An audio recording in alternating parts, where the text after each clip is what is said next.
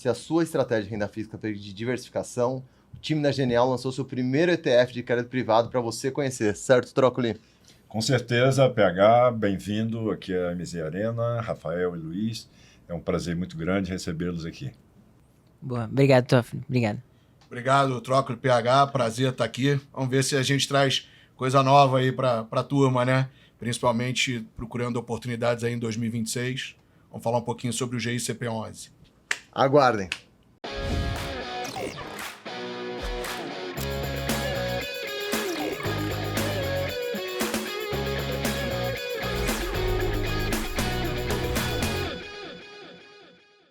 Sejam bem-vindos a mais um MZ Playbook, o primeiro do ano, onde eu tenho a honra de trazer gente que é referência no mercado.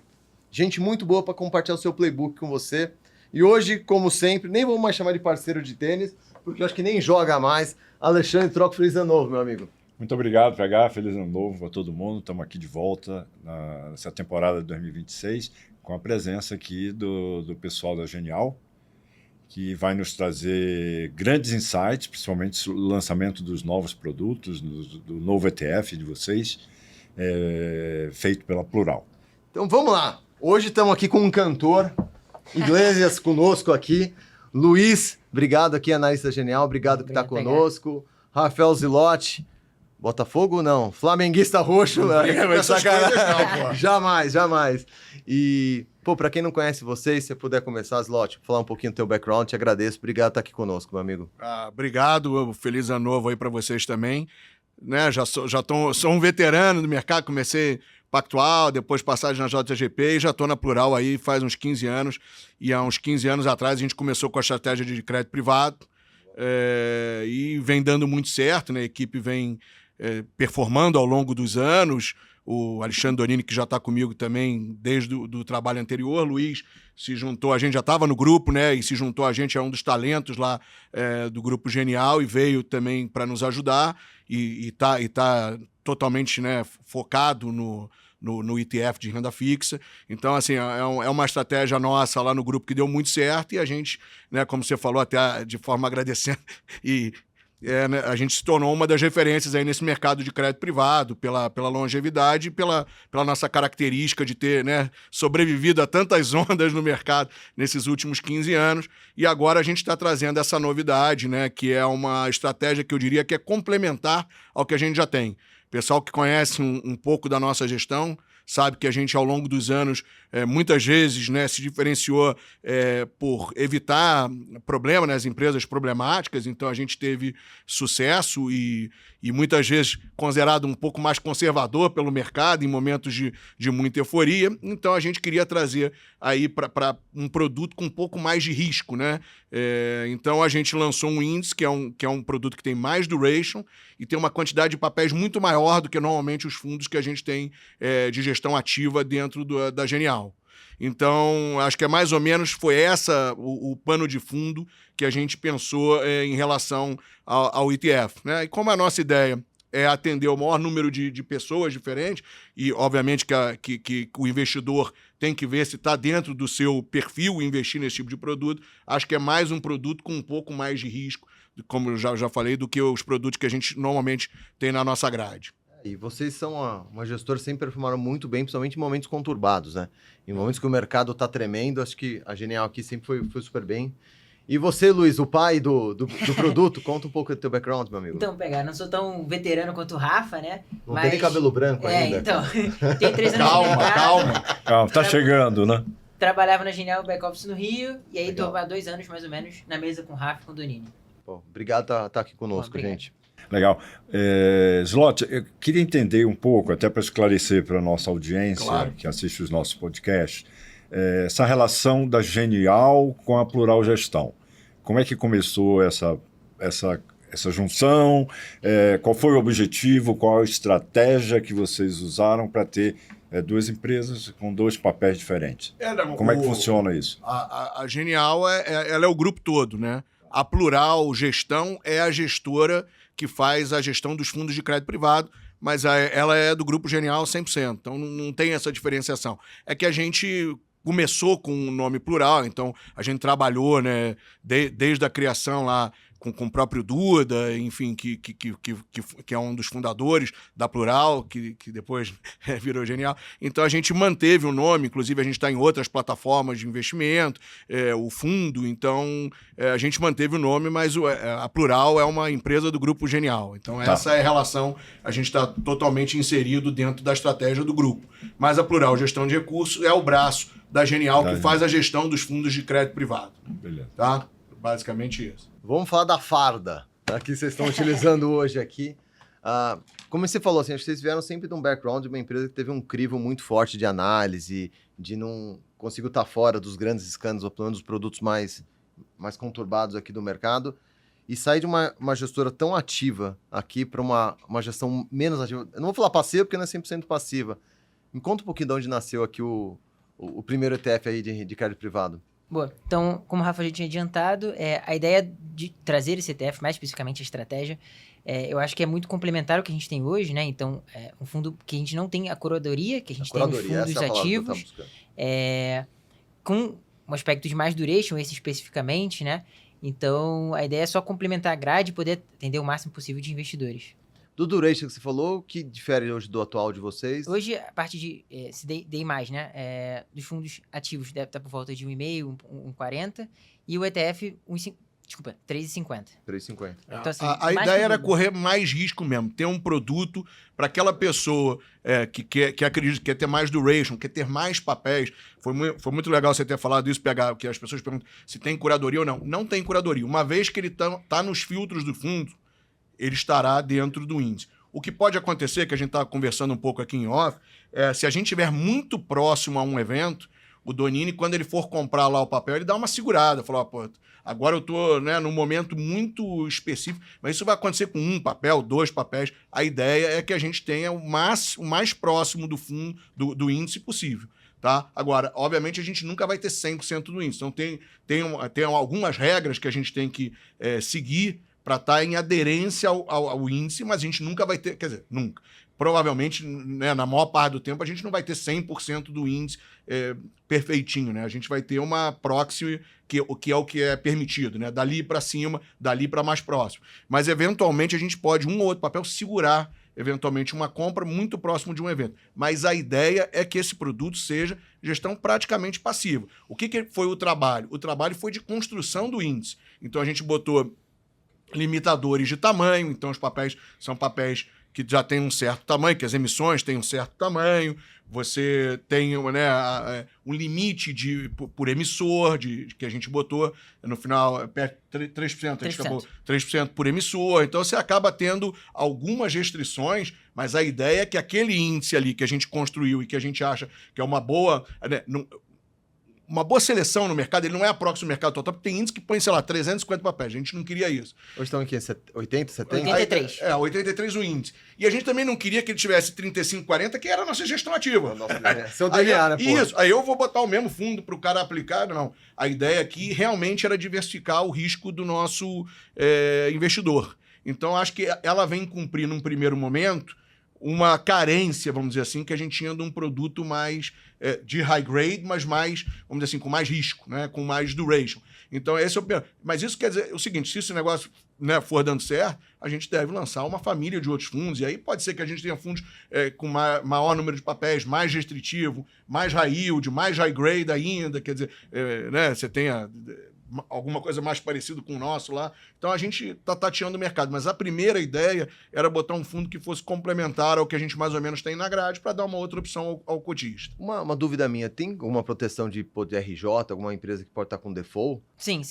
Um dos critérios de qualidade é retirar qualquer papel de qualquer emissor que esteja em repactuação, problema de fluxo. E a gente adicionou uma medida diferente, que automaticamente o papel sai se o PU sobre o PU par estiver abaixo de 80. Então você já consegue retirar o Isso, qual que é a eventual... ideia? A ideia é que, por mais que seja um produto passivo, a gente tem ativamente está no secundário atrás dos papéis. Então, por isso que a gente fala sobre a importância de se ter uma gestora de tanto tempo de história. A ideia dessa medida é você dar um direcionamento claro para a gestão, né, no caso da mesa eu e o Donini, sobre como agir no caso dos papéis. Então, a gente vê que um papel está estressando, a gente consegue sair antes, porque sabe que no próximo rebalanceamento o papel vai sair da carteira. Tem um pouco de tecnicismo. O que eu falo que é mais passivo é que o índice é aquele ali. Não adianta, mas eu não gosto do tal papel. Sei, mas esse índice ele está construindo dessa maneira. A gente pode fazer pequenos ajustes, mas de um modo geral o índice vai ser parecido com que aquilo ali que está sendo calculado pelo nosso parceiro ali, pela Teva, né? É isso. Que é o nosso Mas parceiro do índice. pelas regras do ETF, do GICP11, vocês têm livre acesso a tirar qualquer papel do índice. Não, o índice vem ali. O que Ele vem você pronto. pode é o índice já vem pronto. A gente não tem isso Não e não tem vai esse fazer livre, isso. tá. E o que eu falei, vai ser em casos muito, muito específicos, muito, né, limítrofes, vamos dizer assim, a gente pode fazer isso. Mas a ideia é que a gente siga o índice. O índice foi criado para ser uma gestão... E tem que seguir aquele índice. Isso. passivo. Existe uma otimização da carteira que a gente sempre pensa, mas a ideia foi o que o Rafa falou. A ideia é sempre copiar 5% dos papéis. Onde é que eles entram? Muitas vezes eles têm eles sabem operar o secundário. Então, muitas vezes, você vai comprar o papel melhor do que a marcação. Vai tentar trabalhar melhor o papel, sabe em quem bater. Então, a gente, às vezes, consegue tirar um pouquinho do índice. Mas uma vez que ele está ali organizado, a chance de aderência ao índice é quase total. Mas uma empresa que está em RJ, vocês conseguem tirar Na própria metodologia ela já não entra. Na hora que rebalanceia, ele já sai. Já passa... fura os critérios de qualidade, então ela automaticamente não está classificada para entrar no índice. Me fala uma coisa, esse mercado de ETF, de renda fixa, tem crescido muito no Brasil, né? O próprio mercado de ETF em si, e se comparar com os Estados Unidos, a gente é muito pequeno ainda. Como é que vocês veem isso? É uma tendência no Brasil de esse mercado crescer mais, de se desenvolver? O que é que vocês esperam para o futuro? Boa pergunta, Troca. É uma aposta nossa, né? A gente acha que sim, né? Tá conversando antes ali do ar, quando a gente entrou no mercado lá de FIIs em 2013, olhando um pouco o mercado de REITs americanos, né, que era muito mal, ainda continua muito mal, mas você vê que o mercado realmente imobiliário deu uma crescida importante, várias outras, né, quando a gente começou lá em 2013, só para fazer um paralelo, o cara comprava um prédio e vinha a mercado com aluguel, bons aluguéis, era quase totalmente um edifício passivo, totalmente passivo, você dava uma renda, depois foi crescendo, né, para gestão ativa de escritórios, aí depois você entrou shopping, entrou galpão, depois o mercado que era de papéis, que era mínimo, chegou a ser quase 50% do índice, então assim, você teve, né, um desenvolvimento de várias outras coisas, e depois imóveis de renda urbana, de imóveis de rua, então você teve muitas outras coisas evoluindo, e aquele né, edifício passivo quase que sumiu do mercado, você não tinha quase nada, né? Os FIIs de escritórios passivos quase que sumiram do mercado 10 anos depois. Então a ideia é essa, a gente acha que esses ETFs vão vir, não sei se na mesma magnitude, mas acho que é uma tendência que vai vir, e possivelmente até ETFs que você tem até uma gestão mais ativa, como tem lá fora, quer dizer, então pode ser que a indústria caminhe para isso, ela deve caminhar, a gente imagina que, né, tudo que acaba sendo tendência lá fora, depois com um certo gap, acaba vindo para os mercados emergentes, e o Brasil inserido nesse contexto, vamos dizer assim. Então, sim, acho que vai aumentar a procura por ETFs, não só de renda fixa, mas de todos os ativos, né? E falando especificamente de crédito privado, quando a gente fala de ETF de renda fixa, a maior parte do PL de ETF de renda fixa não são para crédito privado. Então a gente entende que tem um gap muito grande aí de produtos que podem ser lançados. Então assim, acho que o primeiro foi do BTG, acho que 3 anos atrás, o DEB11, depois eles lançaram mais 11, agora a gente com o GICP, agora o Nubank lançou um de letra financeira. Então, eu acho que existe uma série de estratégias, uma série de produtos que ainda não atendem, que ainda faltam ser atendidos, né, algumas demandas. Tem uma coisa legal, que essa acho que é uma vantagem já clara, quando você põe a carteira, né, com prazo médio lá acima do requisitado, você já entra na alíquota de 15%. Então você não tem tabela regressiva nesse negócio. Então essa é uma vantagem na composição da tua carteira. Se você segue certas normas, você tem uma alíquota de imposto um pouco melhor. Então essa é uma certa vantagem. A desvantagem, muitas vezes, até eles pegarem e tudo mais, é a liquidez. Nosso fundo está pegando liquidez, né? O fundo tem melhorado bastante a liquidez, mas claro que ela ainda é uma liquidez que é menor do que o mercado, vamos dizer assim, convencional. Mas eu acho que à medida que esses negócios vão pegando, e o fundo está se aproximando já de 50 milhões, quer dizer, você já vai aumentando a liquidez e aí o produto se torna realmente bastante interessante. Eu acho que o pessoal está começando a olhar. Acabou de ser lançado, tem 2 meses e meio. É natural, tem um período mesmo de aprendizado, a turma ver como é que opera, entender.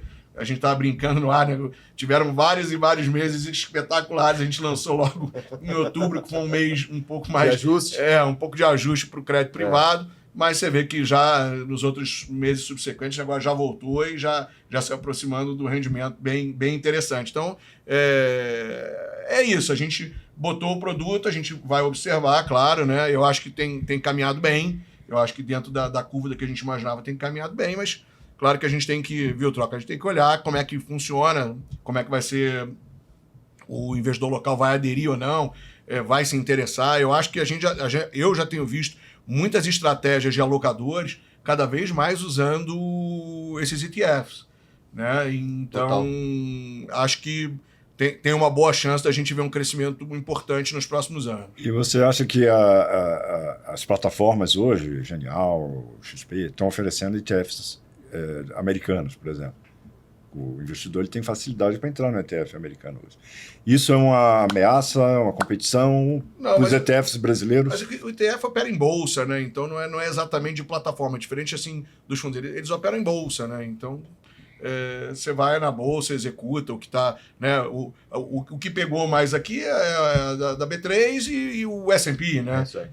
Foram os dois que a gente, né? Que são índices que já estão, né? Há décadas, anos, já acostumado, né, o investidor. Mas eu acho que à medida que a gente vai evoluindo, o pessoal vai olhando para outros índices, e isso é muito fácil, opera em bolsa. Então, quem já costuma operar em bolsa, como já opera as ações, como já opera os fundos imobiliários, a maioria deles, já está acostumado, e aí a operação é a mesma coisa, né? Não tem muita diferença. Vou pegar um gancho que você falou que eu gostei, que eu acho que antes de entrar na parte do institucional, mas da pessoa física, ver se eu estou certo que eu estou falando, você que é o técnico, mas acho que tem a questão da tabela de R que tem que ser considerada, que você já entra nos 15, né? Para começar. Porque a gente tem que ter uma carteira lá seguindo certas normas. Você tem a questão de produtos que a pessoa física, se ela fosse comprar, talvez ela nem conseguisse estruturar toda essa carteira, certo? Muito mais diversificado. Porque só para ela conseguir o spread que ela ia ter que pagar... Não, o spread certamente seria muito pior. O que esses caras fazem aí é quase mágica. Não, porque acho que ela teria o custo, a questão do tempo ela conseguir estruturar, então é muito mais rápido e fácil ela tá pegando um ETF. Tem a questão, toda a questão de governança, até a questão da liquidez. Acho que é um produto que tende a haver um bom atrativo aqui para o mercado brasileiro. E uma dúvida minha. O estrangeiro, você vê que com o aumento da liquidez ele pode ser um produto que o estrangeiro comprar o ETF da Genial? Pode, né? Acho que... Numa estratégia para... Acho que sim. Se ele quiser crédito. Olhar crédito privado no Brasil, sem dúvida ele vai olhar. Então, acho que o pessoal tem... Né, se procurar. Eu não sei se tem muito esse fluxo, né? O fluxo, eu acho que é muito ainda de investidor local, né? Eu acho que esse fluxo de... Até pelo tamanho, liquidez, mesmo o mercado convencional, mesmo, não estou nem falando de mercado de ETF, eu acho que o gringo ainda não é uma coisa que ele veio colocar, não. Pode ter até botado um pé ou outro, mas não é. O player é um player local mesmo, tanto institucional quanto pessoa física, né? Vamos dizer assim, fundos. E nessa pizzaria, eu vi uma frase sobre pizzaria que eu gostei. Ele falou, a gente faz muito bem uma mozzarella, uma calabresa, agora eu trouxe uma portuguesa aqui pra dar uma apimentada aqui no menu. Gordinho tá sempre pensando em comida, cara. Eu ia falar isso. Os meus exemplos são sempre de comida e futebol, é bravo. Mas você joga futebol? Jogar eu não jogo, mas sou torcedor fanático do Flamengo, né? Mas joguei lá, né? Nos idos de 82, lá na Hebraica, salão lá. Mas o filho do meio joga direitinho. Joga lá na Hebraica. Não, joga hoje na Hebraica. Ele é o pivô do salão lá, do Sub-13, agora mudou de categoria. E no campo ele joga na zaga. Então, um slot joga, que é o Daniel, meu filho do meio, ele joga. Jogar pra você, Luiz. Agora a bola... Mas a ideia da pizzaria era o seguinte, que eu brinquei, que você viu nesse outro podcast, é que a gente, como o pessoal fala que a gente faz uma gestão mais conservadora e a gente se destaca muito, então tinha muita mussarela, tinha ali uma marguerita, agora a gente resolveu botar uma portuguesa, né? Uma calabresinha lá, então agora essa aqui deu uma apimentada, principalmente pelo duration e por, acho que, uma quantidade maior de papéis. Como eu te falei, os nossos fundos convencionais, estava até discutindo isso com o Luiz, tem uns 35 a 40 nomes, esse índice aí tinha 70, agora tem 80 e pouco. Então você tem quase o dobro de papéis que normalmente a gente acaba não carregando nos fundos onde a gente faz gestão ativa. Eu adorei a estratégia de vocês. Eu sempre falo que Não é o foco do produto, da gestora, é o foco da estratégia, né? Essa questão de diversificação para o investidor é muito bom. De ele falar, pô, tem uma alocação num produto que tem um duration diferente, que tem o desafio da liquidez, tem, mas é todo produto quando está começando tem esse desafio. E vai tendo track record e vai. Só complementando, e foi o que você falou, o cara ele já entra com 15% de alíquota, sem comicotas, com a liquidez D1 de entrada e de saída, porque o cara faz em bolsa, né, ETF renda fixa. Então, assim, a gente entende que é um produto excelente, assim, do ponto de vista tributário e de liquidez, assim. Acho que é só questão dele tem que ter a liquidez do produto, do secundário. Né? A liquidez do produto. Claro. Eu acho que se o cara conseguir sair num volume interessante, isso aí a gente só vai conseguir aumentando o fundo, né? Alguns fundos já começam com muito alto, PL muito alto, mas a ideia é que ao longo do tempo essa liquidez venha e a gente consiga aumentar bastante o PL do fundo aí. Acho que esse que é o objetivo aí nesse 2026. Pegando esse gancho também, Luiz, assim, só para entender um pouco, você que deve estar num pipe de lançamento de mais produtos. Como que é uma estruturação? Assim? Ele é um produto que você põe 1 mês, 3 meses, 6 meses de pé? Como vocês fizeram os bastidores aqui antes do lançamento? Eu acho que a maior parte do tempo é construir o índice. Eu acho que a alma do produto é você fazer um índice bem estruturado que faça sentido com a metodologia que você quer seguir, né? Com a estratégia que você quer seguir. Então eu acho que você deve demorar pelo menos uns 2, 3 meses. E aí eu acho que toda a parte por trás de formador de mercado... escolher o administrador. Formador de mercado. A própria Genial. A própria Genial hoje é o nosso formador de mercado. A outra parte é mais documental. Assim, então acho que se eu fosse chutar, acho que demoraria de 3 a 4 meses. E, assim, a maior parte do tempo é gasto fazendo o índice junto com o provedor do índice. Com a Teva lá. Que no nosso caso é a Teva, isso. Aí depois você tem que achar administrador para o índice, ver quem são os caras que fazem esse tipo de administração para ETF, entendeu? Então você toma um tempo. Mas claro que a maior parte do tempo foi o que a gente demorou e que foi, acho que o Luiz mais se dedicou, foi junto lá com o nosso parceiro Soli. Lá na Teva, foi, rodar tudo isso para trás, quer dizer, e ver, olhar como é que performava, volatilidade, se aquilo fazia sentido, que limitação a gente botava por emissor, que isso eu sempre gosto, isso é uma regra importante para crédito privado. 3, né? A gente falou 3%, às vezes, no passado, a gente já até concentrou mais, então pode concentrar um pouco mais. Nesse produto, a gente achou que 3 para começar era bom, então eu acho que ter uma limitação por papel é interessante. Então, assim, tamanho de emissor, eu acho que nesse primeiro momento, para a gente, emissões maiores faziam mais sentido, até para construir. A gente falou 500 milhões. Então, a gente botou algumas barreiras e aí depois você vai ajustando o que te interessa, o que fica interessante para tentar fazer algo, né, que seja também palpável para o investidor. E a ideia aqui aí é aquilo que eu falei, correr mais risco, ter mais duration. Esse o cara tem que se acostumar, vai ganhar mais quando o mercado estiver melhor e eventualmente vai entregar uma parte quando o mercado, né, estiver pior. Então o investidor tem que ter em mente. E aí um pouco ele balanceia quanto que ele quer ter em crédito privado, se ele está mais otimista, mais pessimista. E aí ele vai na gestão mais ativa e a outra um pouco mais passiva, dependendo de como ele quiser balancear o portfólio dele. E na opinião de vocês, quais são os principais diferenciais do GICP11, né? E por que o investidor ele vai olhar para vocês? E assim, em relação até falando com os outros fundos de índices que existem no mercado hoje. Eu acho que é a construção, né? Isso que a gente falou. A gente não fez nenhum negócio com uma quantidade enorme de papéis, nenhum negócio muito restritivo. A gente botou dentro da nossa regra ter um pouco mais de duration. Então, ele tem uma característica do que a pessoa está buscando. Tem o benefício, né, do ETF em relação ao fundo convencional, já dessa alíquota de imposto. Então, os diferenciais são basicamente esses. Quer dizer, da nossa estruturação, se aquilo ali tiver de acordo com que o cotista gostaria de correr o risco para esse tipo de mercado. Então, tem que casar, né? Não adianta, assim, se o cara é um cara com menos risco, esse não é o produto eventualmente para ele. Mas se o cara está disposto a correr mais risco, achou interessante que são papéis líquidos, né? Que tem já uma emissões de pelo menos 500 milhões. Acha que é interessante ter essa vantagem aí do imposto de renda. E ele acha isso, acho que ele é um belo instrumento para ele botar uma parcela do que ele vai alocar em crédito privado. Só complementando, a gente tem falado aqui bastante sobre duration, eu acho que essa é a toada do produto, mas o produto também tem uma alta qualidade de crédito, assim, a gente fez as medidas também pensando nisso, 70%, 80% da carteira são emissores AAA. Na medida que a gente fez as medidas, né, foram muito pensadas em dar maior percentual aos emissores com maior valor outstanding. Ou seja, então, aí pensando que emissores maiores tendem a colocar, né, emissores com maior qualidade de crédito tendem a colocar mais papéis no mercado, consecutivamente a gente vai dar mais peso aos emissores de maior qualidade de crédito. Então, os papéis têm mais papéis no mercado. É que o mercado brasileiro, às vezes, não é exata, mas sim, a ideia, o Luiz falou muito bem, ele também tem uma... Isso aí fica claro, esse é um instrumento high grade, tá? A gente não andou na métrica de crédito. Esse é um instrumento high grade, então a maior parte das emissões, diria, de duplo a menos para cima, como o Luiz falou aí, deve ter, sei lá, mais de 70%, 80% da carteira, talvez até um pouquinho mais, não teria o dado exato aqui, mas depois a gente pode até mandar as próprias cartas e tudo mais para o investidor colocar mais, mas a qualidade de crédito certamente é uma qualidade para nível Brasil, para rating Brasil, boa, né? Então a gente está dentro do espectro high grade, respondendo troca. A gente está ainda dentro do espectro high grade. O que a gente está correndo mais risco aqui realmente é duration, papéis mais longos. Eu acho que vocês trazem um DNA de alguns anos aqui Sim. em crédito privado. Então, acho que os produtos, se eu fosse falar aqui dele, ele traz um DNA de uma gestora que entende do mercado, que lançou um primeiro produto que já tem um belo embasamento. Acho que isso tá... Mas ele tem embasamento inicial lá, não tem Sim, curadoria. exatamente. Vamos lembrar Importante, isso. é. A gente Ele não está navega só- decidindo. Uma vez que está definido o índice, a gente não pode...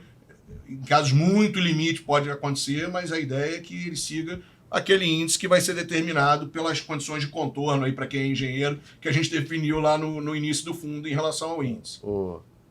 Sempre gosto de perguntar, eu sei que você não é muito bom de ver quem que vai ganhar o Mundial, né? Levou a família toda lá, só foi para passear. Mas para mercado, eu sei que você é muito bom.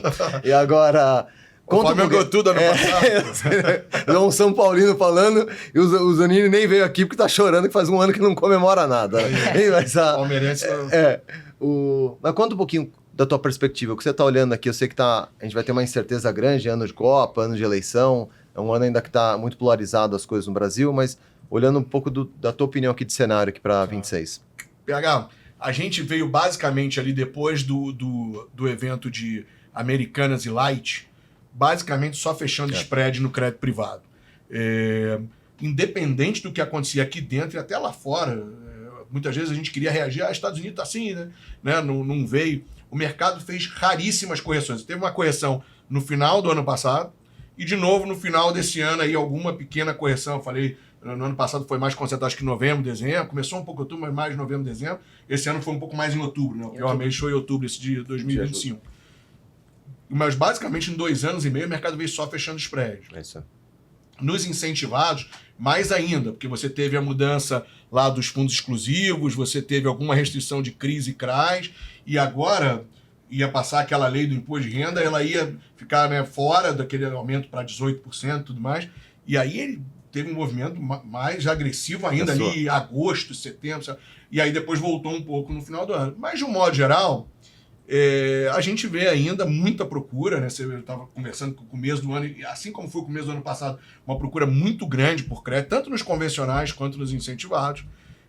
Claro que, como você já tem um mercado que já fechou muito spread, dá aquela sensação um pouco assim de preocupação. Então, por isso que eu tô falando, aí fica bem clara a minha dicotomia, né? Eu falei que no produto do ETF tem mais duration. No produto que a gente faz lá de gestão ativa, eu estou com a duration super baixa. Porque esse prêmio já fechou, ele pode continuar fechando. Mas como ele já fechou muito, ele está muito baixo, eu estou com a duration mais curta. Então, por isso que eu falei, tem E o cenário tá tudo indica que vai para baixo. Ainda pode ir para baixo, mas eu, de certa maneira, já não quero mais correr tanto esse risco no que no meu, que eu tenho gestão ativa. Mas no ETF, se ele continuar fechando, provavelmente o cara do ETF vai performar muito melhor do que o de gestão ativa esse ano. Então, por isso que eu falei, é sempre legal você ter um balanço entre as duas estratégias. E aí você acaba correndo, se você tá acha que vai fechar mais, um pouco mais do ETF, um pouco menos da gestão ativa. Se você está mais conservador pelo ano, você acaba tendo um pouco mais de gestão ativa, um pouco menos de ETF. Te respondendo em relação à eleição. Eleição é muito difícil, cara. Não estou falando nada diferente de todos os outros. Assim, no meio do ano passado, eu acho que eu tinha um sentimento que a maioria das pessoas tinham, que ia ter uma vitória da direita. Você vinha uma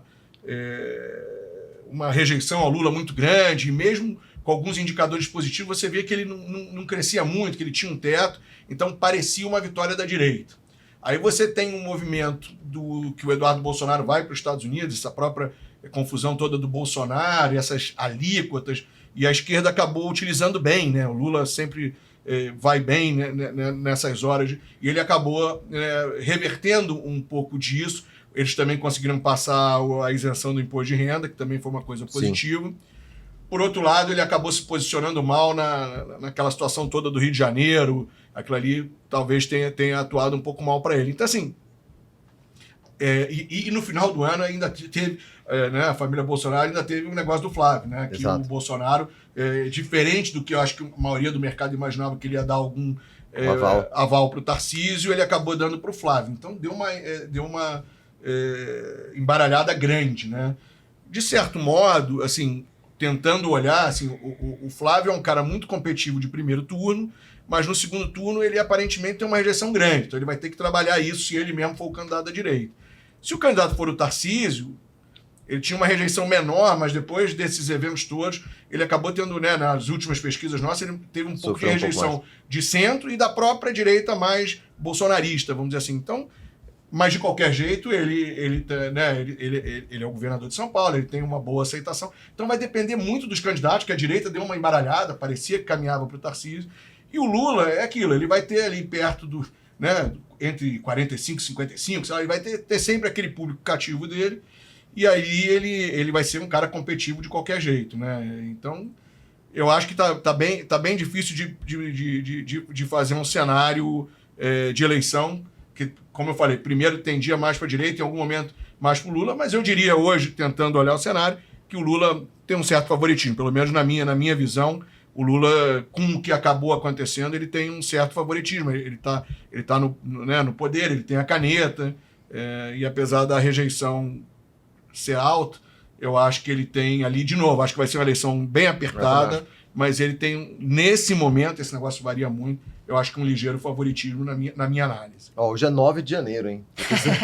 Dia 10 pode mudar tudo. Pode mudar tudo. Pode mudar tudo. Amanhã, ou seja, sai uma notícia, né, diferente, mas nesse momento parece que o Lula tem um certo favoritismo, mas esse negócio... Mas não dá para cravar nada. Não, a eleição, né? Só depois da apuração, acho que Então, assim, acho que tem muita água para rolar, eu acho que a direita pode compor, você tem nomes fortes, eles tinham até uma ideia de fazer uma chapa, né, com o antigo café com leite, Tarcísio Zema, que é uma chapa super forte, ou alguém mesmo do Nordeste para compor. Você tem o Ratinho Júnior, que é um nome que tá super bem cotado. Você tem o Caiado também aí, nesses governadores que estão bem avaliados, mas acho que está mais pintando que vai para o Senado lá, né? Enfim, mas eu acho que a direita ainda tem que se organizar para... Tinha um candidato que parecia óbvio que era o Tarcísio, mas com a indicação do Bolsonaro no Flávio deu uma certa embaralhada. Eu acho que primeiro a gente vai ter que resolver isso, imagino que seja alguma coisa ali até o final de março, e aí o cenário vai ficar, acho que, um pouquinho mais claro. Mas com essa situação, o Lula, que parecia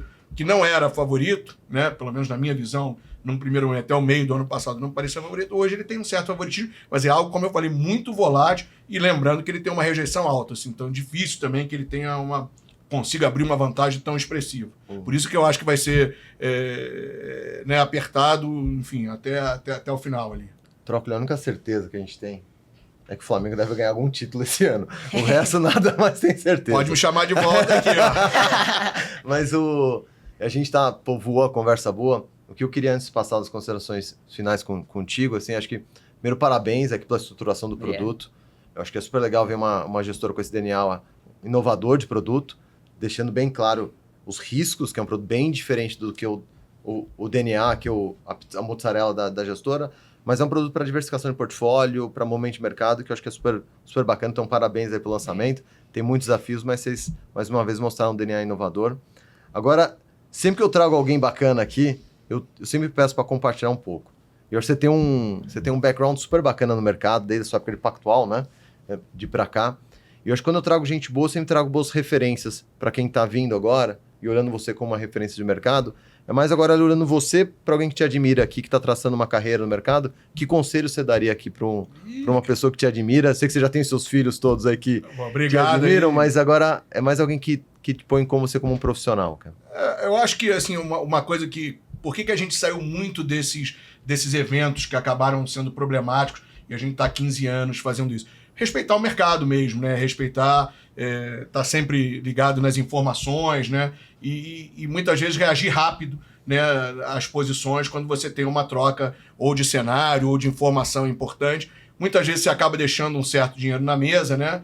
Porque muitas vezes não acontece da maneira que você analisa ali, mas é isso, é respeitar mercado, informações, não mamar aquelas posições. Tem cara que o negócio vai dando errado e ele vai continuando tentando defender. Então, acho que a coisa mais importante, disciplina, né? Principalmente, e nesse caso, isso faz parte da disciplina, né? Para você se manter médio e longo prazo, fazendo gestão do dinheiro né, seu e de terceiros, você tem que ter essa disciplina e correr risco quando tem que correr risco, né? Eu acho que o correr risco é o que a gente faz, né, todo dia. Mas quando tem boa, né? A preservação de capital é uma coisa super relevante para você se manter no médio e longo prazo, né? Não ir para aquelas apostas de all-in, entendeu? Que negócio dá errado. E aí você acaba sendo tirado do mercado. Então a ideia é correr risco com boa, né? Quando você tem um risco interessante para ser coisa. Crédito privado, você tem esse problema, né? Por isso que eu digo que muitas vezes é mais fácil você zerar, que o teu custo de voltar na posição não é tão grande. Enquanto, né, você está ganhando aquele CDI mais 2, mais 1,5, mais 2, principalmente nesse mercado high grade. E aí, às vezes, você fala, eu prefiro. E quando você perde, se você toma eventualmente um default, você não vai receber, ou vai receber uma parte pequena daquilo ali, você vai receber, né? Você tem um cut importante daquilo que você vai receber. Então, reagir rápido, respeitar o mercado, passar muitas vezes o cenário, né? Se questionar o cenário sempre quando a gente vê. E tem um processo também, a gente sempre faz um processo de entrada muito diligente. Isso a gente nunca abre mão de fazer um processo super diligente, legal, de comitê. Uma coisa também interessante que a gente faz no crédito privado é a gente vota sempre por unanimidade. Eu, o Donini e o responsável pela análise. Então todo mundo tem que convencer o outro, não tem maioria. Então, em termos de crédito privado, eu acho que é uma coisa importante. Então é isso, disciplina, respeitar, correr risco quando acha que vale a pena, quando a assimetria é boa. No crédito privado ela normalmente não é boa de modo geral, mas você vendo o risco e reagir, né? Muitas vezes eu vejo que as pessoas demoram a reagir. Claro que o crédito você não pode reagir na mesma velocidade que outros ativos, que tem uma velocidade um pouco, né, diferente, né? Como ação, um negócio que é muito mais rápido. Mas também não dá para amar aquela posição, vou carregar até o final, se a coisa vai mudando. E no Brasil, cara, infelizmente, tanto na parte macro quanto na parte micro, as coisas mudam muito, tá? Obrigado aí pelos elogios. Já, pô, se todo mundo achar que nem o PH, eu troco aí, eu tô satisfeito, mas obrigado pelos elogios. A gente realmente faz um trabalho bem legal, tem sido sempre muito bem classificado nos rankings. Tivemos uma notícia legal, a gente teve um upgrade em 2025 na Fitch. Então também foi uma notícia super legal. Enfim, a gente continua. E a coisa que, sim, que dá prazer, você falou assim, não só da gestão do dia a dia, mas é isso, formação de pessoas, outras pessoas que passaram lá na nossa formação e estão em outras gestoras e indo super bem. E é isso, a gente trazer o cara que está lá dentro com a gente, como o Luiz, que era um talento, que ele foi visto como talento, trabalhava no back-office, o chefe dele, o Júlio, que trabalha com a gente lá, indicou ele, e ele está indo super bem, tem feito uma carreira super boa aqui, e você vê, com 2 anos já conseguiu estruturar um produto, né, nos ajudar na estruturação. Óbvio que ele não fez toda a estruturação, mas teve ali, estava com a mão na massa ali, trabalhando. Então, isso aí eu acho que é importante também, formar pessoas boas. Também, Donini está comigo já há 18 anos, é um cara super complementar às coisas que eu faço. Então, acho que ter uma equipe boa que te dá suporte também é super importante. Formar pessoas que tenham aquele DNA, você está falando de DNA, que acho que a cultura, DNA, acho que é super importante. E esse ano vocês ainda lançam outros ETFs? Colocar ele para trabalhar, né? A gente vai lançar um da turma de equities e multimercado. Então vai ter um nessa linha aí, mas na renda fixa eu acho que se a gente conseguir maturar esse produto com uma velocidade boa, sim. Senão eu acho que tem tempo para a gente ir lançando. E aquilo que eu estava falando no começo, a gente entender o que a gente precisa, o que o investidor está querendo. Isso, o que ele está querendo, que tipo de produto. Esse de correr mais risco é legal, de ter mais... Poxa, mas ele gostaria de mais ainda papel. Ele gostaria de se adequar mesmo ao índice mesmo. Então ele quer ter 300 papéis mesmo e ele quer uma gestão super passiva. Não, cara, esse aqui ainda tem muito papel. Ele queria alguma coisa mais parecida com vocês, mas com mais duration. Então aí a gente vai botando um papel mais restritivo, com mais só apenas com mais duration. Então acho que a gente vai, ou lançando os dois, se tiver público, né? De repente tem institucional que queira, a gente tá falando muito de pessoa física, mas é possível ir lá fora, tem muito institucional que vem para isso aí, entendeu? Então pode ser que seja, né, um outro público que acabe entrando também nesses ETFs, enfim. Então acho que não é ideia lançar nesse momento, mas a gente não está fechado. Se a gente conseguir evoluir bem nesse produto, a gente gosta de maturar os produtos e ir lançando.